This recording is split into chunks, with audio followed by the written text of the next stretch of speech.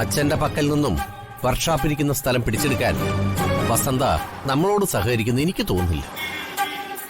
അവൾക്ക് ആ വസ്തു അവളുടെ പേരിൽ മാത്രം തട്ടിയെടുക്കാനാണ് അവളുടെ പരിപാടി. ആ പൂതി നടക്കാൻ പോകുന്നില്ല. ആ നീക്കം ഞാൻ തടഞ്ഞിരിക്കും. ഏട്ടാ, എന്റെ അവസ്ഥ പ്രകാശേട്ടനൊന്ന് മനസ്സിലാക്കണം.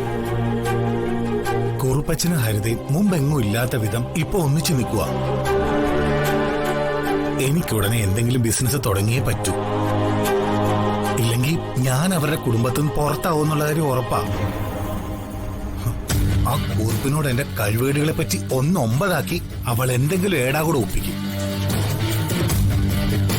ഞാൻ കാശിന് കൊള്ളരുതാത്തവനാണെന്ന കാര്യം ഉദാഹരണ സഹിതം നിരത്തി ആ കുറുപ്പ് ഹരിതയോട് പറഞ്ഞ് സമർത്ഥിക്കും. എന്നെ ഉപേക്ഷിച്ച് വേറൊരു കല്യാണം കഴിക്കാൻ വരെ അയാള് നിർബന്ധിക്കും.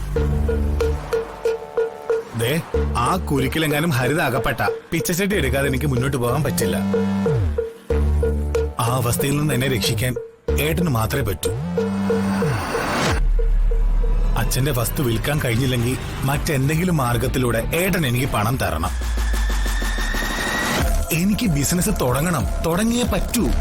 എടാ, മനുഷ്യനായാലേ കുറച്ചേ ക്ഷമ വേണം. നീയേ എന്നോടൊപ്പം കട്ടയ്ക്ക് സഹകരിച്ച് നിൽക്കടാ. നമുക്കേ നമ്മുടെ അച്ഛന്റെ വസ്തു വിൽപ്പിക്കാം. അതിലൊന്നും എനിക്ക് വലിയ വിശ്വാസമില്ല. വിശ്വാസമൊക്കെ അവിടെ നിൽക്കട്ടെ. നിനക്കേ ഞാൻ പറയുന്നത് കേട്ടേ എന്റെ കൂടെ നിൽക്കാമോ? എന്നാൽ അച്ഛന്റെ പക്കൽ നിന്നേ നിനക്ക് ആവശ്യമുള്ള പണം ഞാൻ വാങ്ങിത്തരും. പ്രകാശനാടാ പറയണത്. ഉറപ്പ്? ഇതെങ്കിലും വിശ്വസിക്കാവോ? നിനക്കേ ഈ പ്രകാശനെ വിശ്വസിക്കാം.